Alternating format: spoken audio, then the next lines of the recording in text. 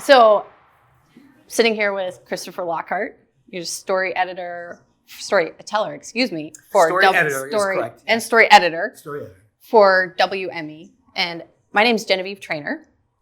And there you go, in case you need that. What would be helpful to start out with is what exactly does a storyteller do? And you have a huge, robust resume. But it would be good to know. Like to brag, I've made everything up on it, mind you. So a story editor is, I have a very unique position within the agency. And I'm kind of like what a dramaturg does in a theater is what I do, but with movies.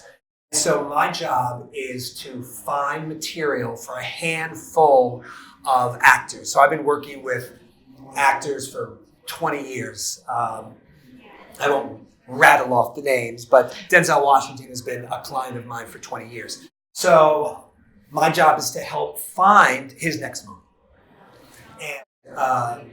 And that material can come from anywhere, in any format.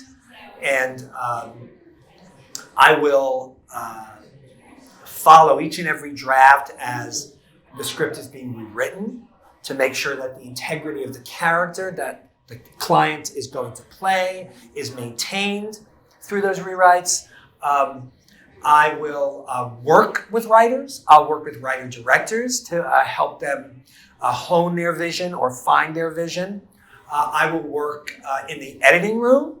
If a client is unhappy with the final cut of a film, I might go into the editing room as his liaison and work with the filmmakers to find the cut that will make the client happy. So I really see my position as somebody who helps creatives find their vision. And so you mentioned Denzel Washington as a client.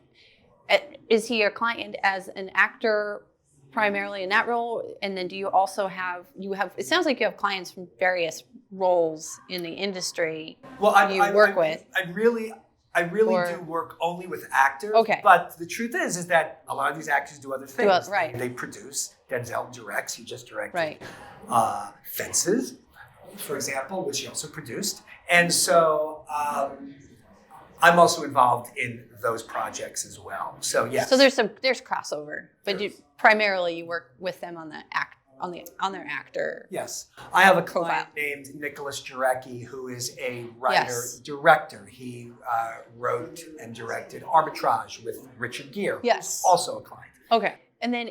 But it all comes down to the script for me. So the script, right? Yeah, that's so your main body of work is right there. It's always about that. It's always about the story. So you started out as a writer. I did. You mentioned that. I did. And how did you make this transition? What are you still writing? I've recently started to sort of get back involved in that. I have over the years. I've produced a few films of which I've helped to develop. As a producer, obviously, you're a storyteller. But as of the last 6 or 7 months, I found myself kind of getting back into it a little bit. So, but it's not my, It's not your day job. It's not my day job so much. And I'm okay with that. I wrote for 10 years and, had a modicum of success. And then just, sort of a change of life occurred.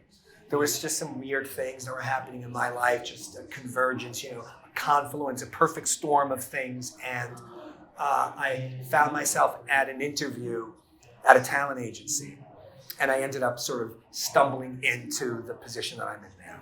So what does a day look like for you? Well, it varies, but there's always a lot of reading. Yeah. There's always a lot of reading.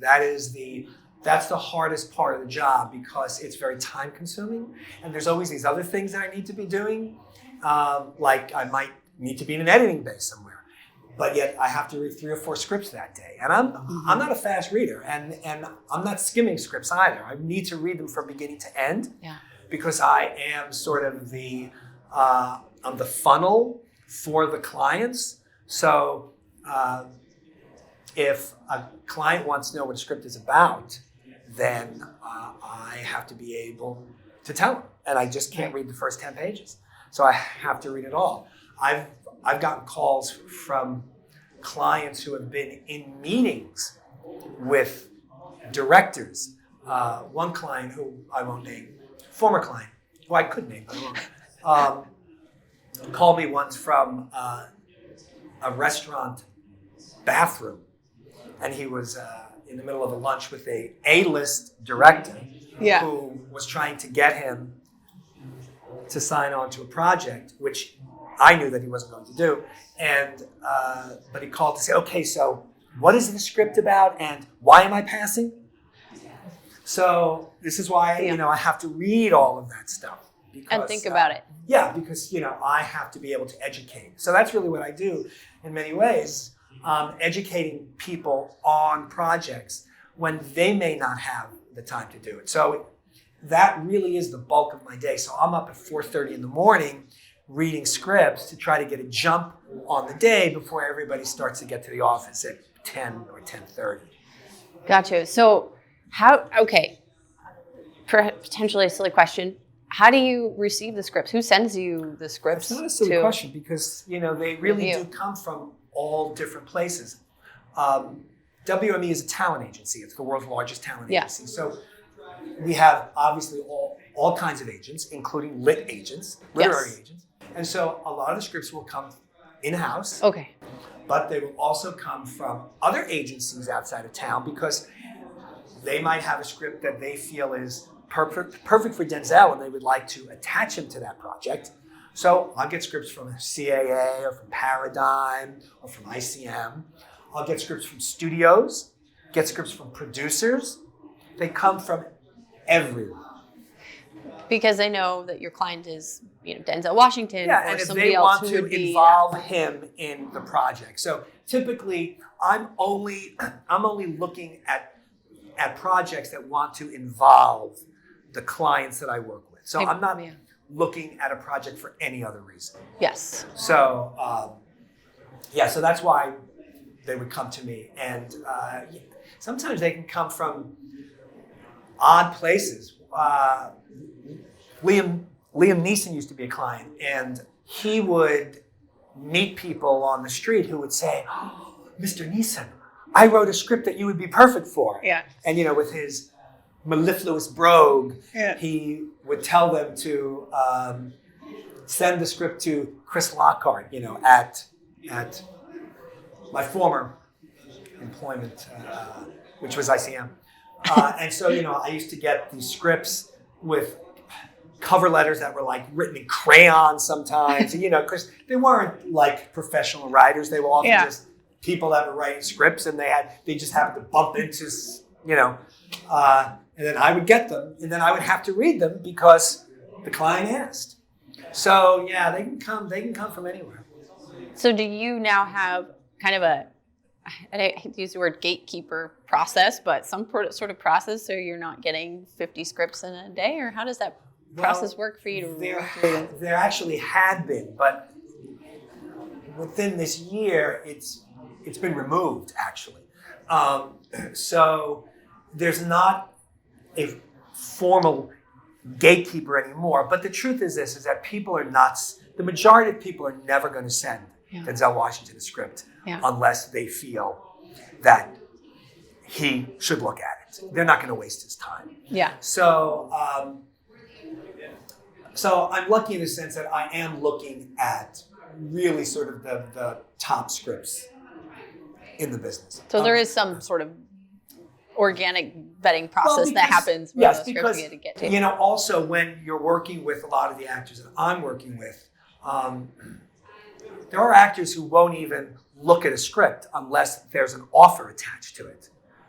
So there are actors, let's say somebody like Sean Penn, who's not a client, which is why I'll use him as an example, and he will not read a script unless there's an official offer for probably about $8 million on the table, meaning that I'm not going to waste my time. This is what the actor's thinking. I'm not going to waste my time reading a script unless it's a real piece of business. So that in of itself helps to vet projects.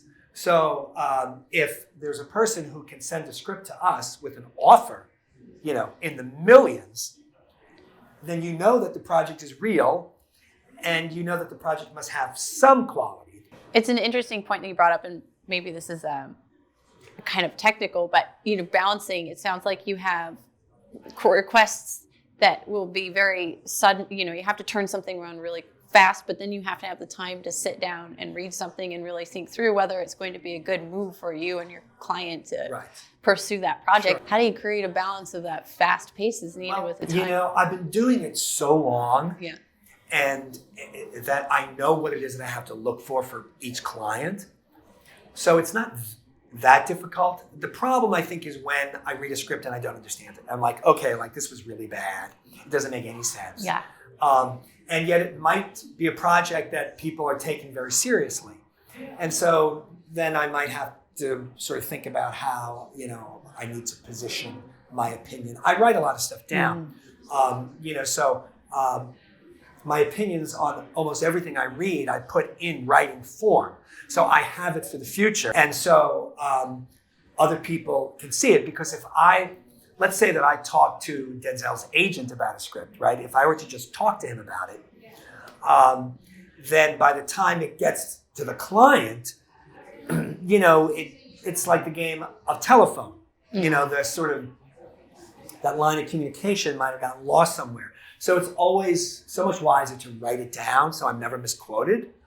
And then I have that. And it's important to have that record, because often I'll be asked, hey, do we have any scripts, that are about a leprechaun? And then, I can go back into, the 60,000 screenplays that I've read and see if there was a script somewhere, because I can't remember everything that I've read.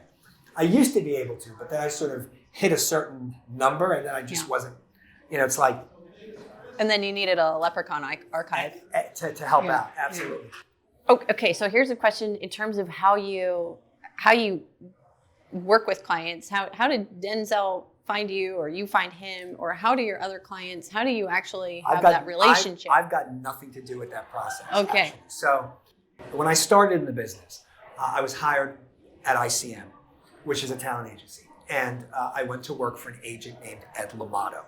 He was the vice president, and he was also like an agent extraordinaire. He had, over the years, discovered people like Richard Gere, Michelle Pfeiffer, Mel Gibson. He represented hundreds of the biggest names in the business. Nicolas Cage when he won his Oscar, Kevin Costner when he won his Oscar. I'm going to go on and on and on and on. And so he had all of these clients, and he did not have time to be able to go through all of the material that was coming to him. So I was hired, and so I was just an adjunct to that office with all of those clients. And then Ed moved to the William Morris Agency in 2007, and I went with him. And then the William Morris Agency merged with the Endeavor Agency in 2009 and became WME. Then a year later, Ed Lamato died, but his clients remained. And so I stayed with the clients, continuing to work in the same exact fashion, because they were accustomed to that. Denzel had been accustomed to, hearing my opinion before he ventured into something. And so, you don't want to upset that apple cart. It's bad enough that his agent just passed away. You don't want to have to say to a client like that, something, we're just going to mix up everything on you now. Yeah. And then as a result of that, I ended up picking up some other clients at the agency as well. People like Ben Affleck and Christian Bale and Matt Damon. So they don't pick me, and I don't pick them. Okay, interesting. And so it's like an arranged marriage. Are you working with a set group of people at this time and not taking on any more? I really only work with 2 agents at the agency, and so and then I work with their clients. So if they bring in a new client, so for example, not only do I work with Denzel, but I work with his son, John David, who just starred in Oh my Black gosh. Klansman, Yes. amongst other projects right now. Yeah. And so it works like that, you know. And as new clients join the fray, I'm introduced to them. They're introduced to me, and we all get along. It's one big happy family.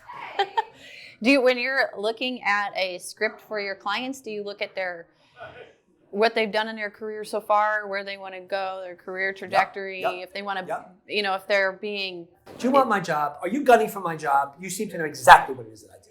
No. I think you're gunning for my job. Yeah, right. I'm a little worried. Yes, yeah, absolutely. All of that. So, so it's like Denzel's done 2 Equalizer movies, right? Yeah. And so I'll get scripts where the character is very similar to that character. I'm like, it's like he's already done this. Mm-hmm. Maybe he could come back to this kind of role. For example, he had done a few years earlier Man on Fire, which sort of had a little bit of like, the Equalizer tendency, characteristics to it, a little bit, And but there was enough space in between. And Man on Fire is beloved. I mean, people love that movie. Denzel fans, anytime I meet Denzel fans, they always talk about Man on Fire. I'm always surprised. Because he has this like amazing body of work. Yeah. And he's great in Man on Fire. Having to then find another role that's similar to that, you're always like, you want to be careful and stuff. Sometimes I do get directors from the clients about certain things that they might be looking for or things that they're not interested in. But to be honest, I don't get a lot of directors, and I really think that's why these people are so successful, because they do not box themselves in. They are open wide to any piece of material that's good. So, and then they'll look at that. But so much goes into, what an actor decides to do or not. Now, clearly there are some actors that will take any role. Mm-hmm. Maybe they're hungry, or maybe they've got like alimony to pay. But then when you're an A-list actor, you really have to be choosy about things. But it's not always about the material. Mm-hmm. It can be about who the co-star is, who's directing, where are they filming it, I don't want to go to New Zealand. I don't, I got kids here. I want to stay here in town. Yeah. So there was a while, I worked with Michelle Pfeiffer for many years. There was a time when she did not want to make anything outside of Los Angeles because she had family. Yeah. That took top priority for her. So writers should never be insulted because somebody's passed on the script, because it isn't always about the script, And there are a lot of scripts that I love, that I would love for a client to do, that they don't do. So are you working then closely with their agents and managers as well? Not the managers, or not really? Okay. Right, because I'm at the agency. Because you are at the agency, right? So I will work, but it's not that I don't know their managers. I might get projects from them as well, and they might be privy to my opinion on things. But my devotion and dedication and professionalism is all there at the agency for my client. So we worked with Nate Parker for many years, young actor. I believe, I want to say he made his film debut in The Great Debaters, which was directed by Denzel Washington. And so Nate became a client, and he then revealed to me that he was a closet screenwriter. And I was like, oh my God, you gotta be kidding me. He gave me one of his scripts, and I was surprised. Yeah. I was like, wow. Yeah. Nate, like, okay, I'm surprised. And then He could write. yeah, and then he shared another one with me, and he shared another one with me, and he was I couldn't believe he was so prolific. Yeah. And then he brought to me this project about the life of Nat Turner. And it was like a 198-page script. Yeah. And I was like, okay, this one's going to be awful at 198 pages. And I was like, wow. I mean, it was like really riveting. Yeah. I'm not saying it was the most brilliant piece of writing ever in the world, but to be able to write a 198-page script and make it entertaining and make it emotional and make it educational is no easy task. And he pulled it off. And so, I got to watch him then whittle that script down from 198 pages to 98 pages. Wow. And then he went off and he shot the movie, and it sold at Sundance for $17.5 million, the most that any movie has ever sold at any film festival in the history of the world. That's any impressive. completed movie that at any film festival anywhere ever. When you say you watched him whittle that script down to 98 pages, I'm assuming you worked pretty closely with him to whittle it down. I did. You didn't just watch him from the sideline. Correct. Yeah. And then he invited me in the editing room, and I spent 3 weeks with him in the editing room, which was amazing because he had a parade of some of the most phenomenal people. I spent a day in this tiny little editing bay with him, the assistant editor, and Spike Lee. Yeah. And I just sat back because I was like, I'm not opening up my mouth. I'm not even going to pretend to be an expert. And to watch Spike teach Nate on certain scenes was incredible. And, even I opened my mouth a few times and got bitch slapped by Spike. And I was like, yes. He schooled me a little. There was a performance in the movie that Spike felt was a little over the top and needed to be trimmed a little bit. And I can't think of the actor's name. I'm not going to share it anyway. But so they said to me, what do you think? I was like, well, I actually think the performance makes sense because of ABC. I also happen to think that the guy's a really good actor. And Spike just looks at me. He's like, did you ever see Do the Right Thing? He's like, yeah. I put him in that movie. Did you ever see blah, blah, blah? Yeah. I put him in that movie. Did you ever see blah, blah, blah, blah? Yeah.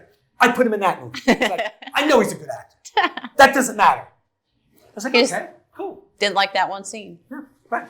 And, he was very cool about it. Yeah. So, but it's those kinds of experiences for me. Like I love working with these people. Truly one of the greatest creative minds I've ever worked with was Mel Gibson. Yeah. And to be in his presence when he's talking about a project, like you leave and you want to change the world. So, but yeah, I've learned so much from these people. And it's like you realize how little you know. Because naturally, I consider myself to be brilliant. But when you're in the presence of people that really, really do stuff, and then you're like, okay, something? I don't know anything. I really don't. I know nothing. Well, it probably makes you good at your job. I mean, imagine you're probably an observer, right? So you observe a lot. If you sit back and look at what other people are doing, right. it and makes also, you better as you can see, I'm working on your story. amazing. Yeah. Excuse me, I'm speaking. No, as you can see, just kidding. No, you're good. That's all good. Just having fun, right? As you can see, I'm an amazingly gregarious person, right? But when you get in the room with somebody like that, somebody like Mel, like a movie star, they're a movie star for a reason. And all of a sudden you're like, okay, this is not your time to shine. This is not about you trying to be funny or witty. You need to sit back, understand your place, and let them run the show, which is very difficult. I usually have to take medication in order to control myself. But, I couldn't tell. No. But, yeah, like to me, those are the great moments. Yeah. Those are the great moments. And, of course, when you respect people like that. I remember when I first met Robert Downey Jr. and, he had been privy to many of my opinions on things, because they're in written form. And he's like, you are really smart. He's like, you are so talented. And I just remember thinking, I was embarrassed. I mean, I'm telling this story not to brag. I was humiliated because I was like, this guy, like to me, he is such a fucking genius. I mean, he is so damn talented. Yeah. And I'm like, come on. It's kind of like telling the Uber driver, wow, man, I love the way you maneuvered around that pothole. That's it's like just like, and he was being sincere, but I was embarrassed, to be praised by somebody like that who's really accomplished a lot of stuff. And this was long before Iron Man. We put him in Kiss Kiss Bang Bang, which really turned his career around. Mm-hmm. And I'm glad for it.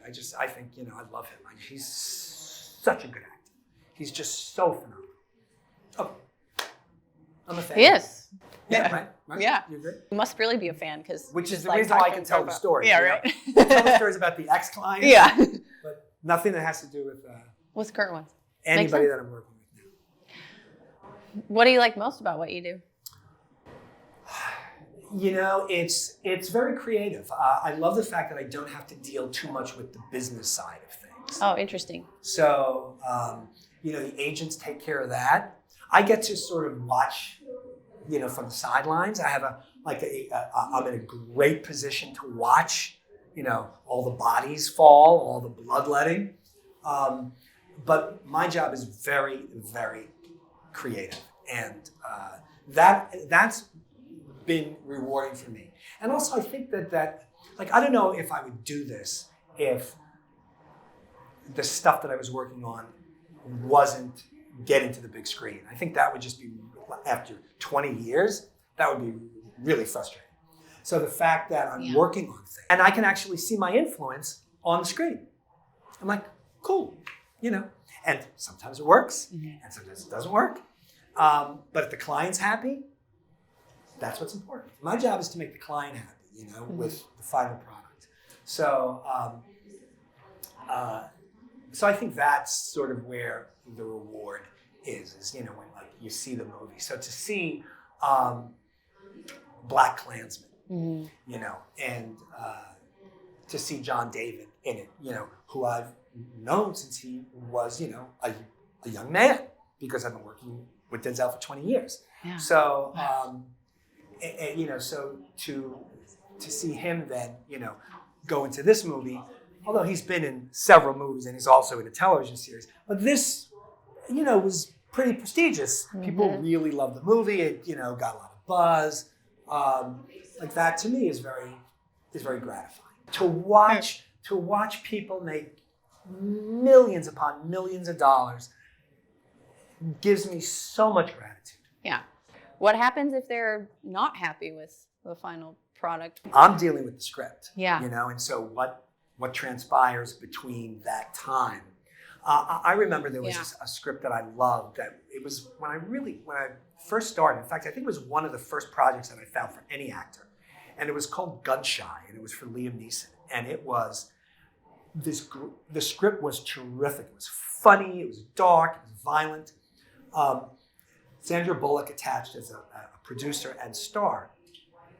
And so they shot the movie. And then Columbine happened. And as a result, Sandra Bullock, as a producer, said, something? We just can't release this movie. It's too violent. We really need to remove a lot of the gun violence. Mm-hmm. And so they removed a lot of the gun violence and gutted the movie. Yeah. Gutted it. And so, that was a creative call. And I support that, given the political climate at the time. But what ended up on the big screen was not what I saw on the page. And that happens a lot. As an example of screenplays that may not always evolve into the movie that I see on the page. The Last Samurai was a screenplay that I loved. And I wanted Mel Gibson to do that. I was like, oh, it would just be so awesome. But he passed for whatever reason, and it eventually went to Tom Cruise, who I love, who's not a client. And I was very underwhelmed by the movie. movie did not live up to the expectation of the script. No. I have a theory so my theory is this, is that there's maybe one or two exceptions to this, but for the most part, if a script is a 10, on a scale from 1 to 10, if I read a script, I'm like, this script is a 10. Yeah. The movie will not live up to that. The movie will be like a 6 or a 7. Happens almost all the time. It's like the reading a book and then going, I think and then so, watching yes. the book. Yes, but Yeah. but the difference being is that Yeah. The adaptation from the book to the film can obviously be very varied. But for screenplay, the screenplay is the blueprint for the film. Right. And so even if what they shot is exactly what's on the page, which was the case with The Last Samurai, one of the scripts that I just adored was Adaptation by Charlie Kaufman, which just was so brilliant. It's just a movie that all screenwriters should watch. And it's my favorite script on writing, not that there's a whole lot of them, but there's some. And that movie to me just didn't live up to that script. I was disappointed. The only screenplay that I can think of that I thought was a 10 and the movie was a 10 was The Social Network. So for me, I thought that script was brilliant and I thought the movie was brilliant. But for the most part, if I think a script is brilliant, movie often doesn't live up to it. So I'm often just trying to find scripts that are like a 7 on a scale from 1 to 10. Because then if you have the right actor and the right director, they'll make it a 10. They can take it up. Absolutely. And I see that a lot. I'm like, wow, that movie's a lot better than this script. Because maybe they need to workshop it maybe. more or something. Okay. The Post was a good example of that. Okay. Which was out last year, correct? Yeah. And with Tom Hanks and Meryl Streep. And that script sold. It was a first-time screenwriter.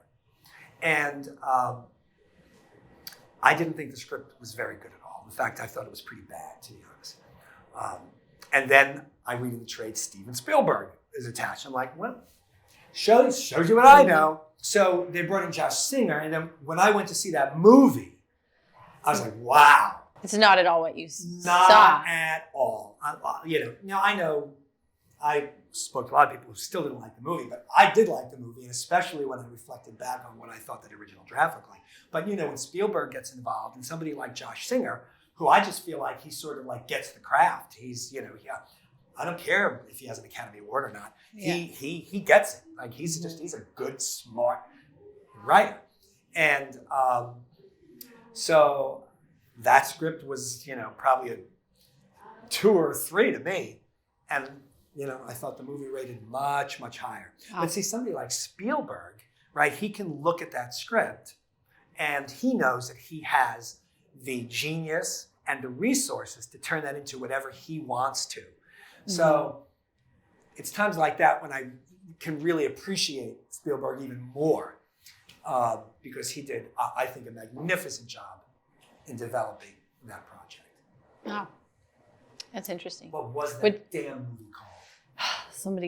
We need to goggle it, as my grandmother would say. We need IMDb. Goggle it. Somebody. No. Boston Spotlight. It starts with Spotlight.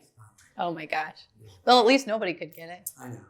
It's a good thing, we're not on some kind of like think tank or something.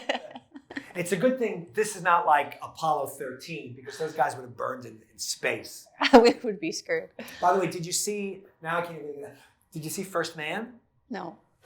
I think it's a beautiful movie. I'm so disappointed that it didn't do as well as I think it deserved.